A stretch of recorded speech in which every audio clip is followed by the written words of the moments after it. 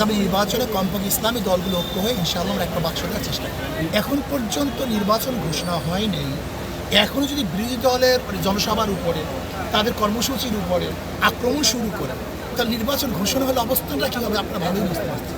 আওয়ামী লীগ যেই কাজগুলি করছে অন্য দলগুলি সেই পথেই হাঁটতেছে। যেমন বিএনপি একই পেশি শক্তি ব্যবহার করতেছে, আওয়ামী লীগ তো পেশি শক্তি ব্যবহার করছে।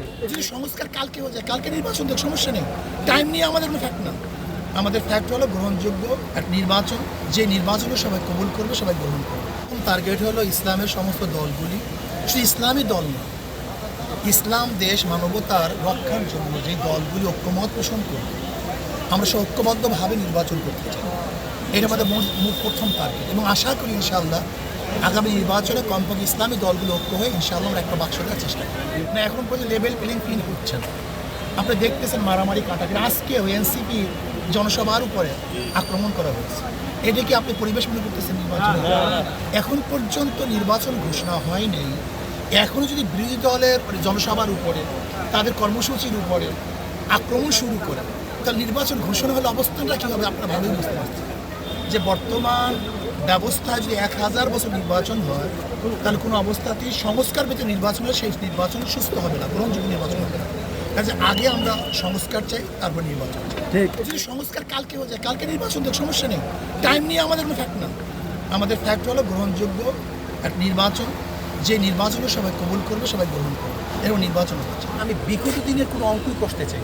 বিগত দিনে আওয়ামী লীগের বহুত রবদব ছিল, আজকে কোথায় আওয়ামী লীগ?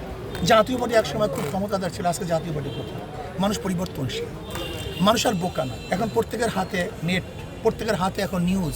শেখ হাসিনা বিদেশ থেকে আসছে, একটা বক্তৃতাতে তার সমস্ত গদি শেষ হয়ে গেছে।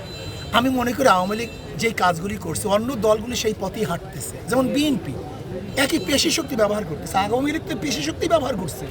আর আমাদের আওয়ামী লীগের বিরুদ্ধে মূল বক্তব্য কী ছিল? তুমি পেশি শক্তি ব্যবহার করতেছো কেন? গণতন্ত্র তো পেশি শক্তি ব্যবহার করতে পারবে না। তোমার বিরুদ্ধে কথা বলবে, তোমার দুর্বল পয়েন্টকে উপস্থাপন করবে জাতির সামনে, এই তো গণতন্ত্র। বিরোধীদের কাজটা কি? একনল অ্যাডভান্সড হাইজিন সোপ, এবার জীবাণু ধুলাবালি ঘাম ক্লিন বোল্ড। প্রত্যেকের ভুল ধরিয়ে দেওয়া, এর জন্য বিরোধী দল। আর আপনারা জানেন গণতন্ত্র সংসদে কোনো অবস্থাতে বিরোধী দল ছাড়া সংসদ চলে না। তা বিরোধী দলের কাজটা কি? তোমার ভুল ধরিয়ে দেওয়া। এখন যদি ভুল ধরিয়ে দিলে আপনি অ্যাটাক করেন, এটা তো গণতন্ত্র, এটা ডিক্টেটরশিপ। আর আমাদের দেশে কোনো ডিক্টেটরশিপ চায় না। আমরা চাই সবাই সম্মিলিতভাবে মিলেমিশে এই দেশটাকে করতে চাই। পিআর সিস্টেমে নির্বাচন চাই। আমরা চাই সংখ্যানুপাতিকারী নির্বাচন। আর সংখ্যানুপাতিক নির্বাচন হলে এই ফেসিস আর তৈরি হবে না, জুলুমবাজ থাকবে না, চাঁদাবাজ থাকবে না, গুন্ডা থাকবে না, বদমাশ থাকবে না।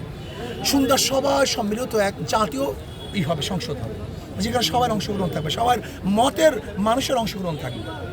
যদি প্রত্যেকটা মানুষের সংসদ হয়, তখন রাস্তায় আর তারা চিল্লাচিল্লি করবে না, সংসদে কথা বলবে। এখন জাতীয় পার্টির অবস্থান আসলে অনেক দুর্বল। জাতীয় পার্টির সেই আদর্শ নীতি বলতে কিছু আছে বলে জাতীয় পার্টির মানুষ বিশ্বাস করে না।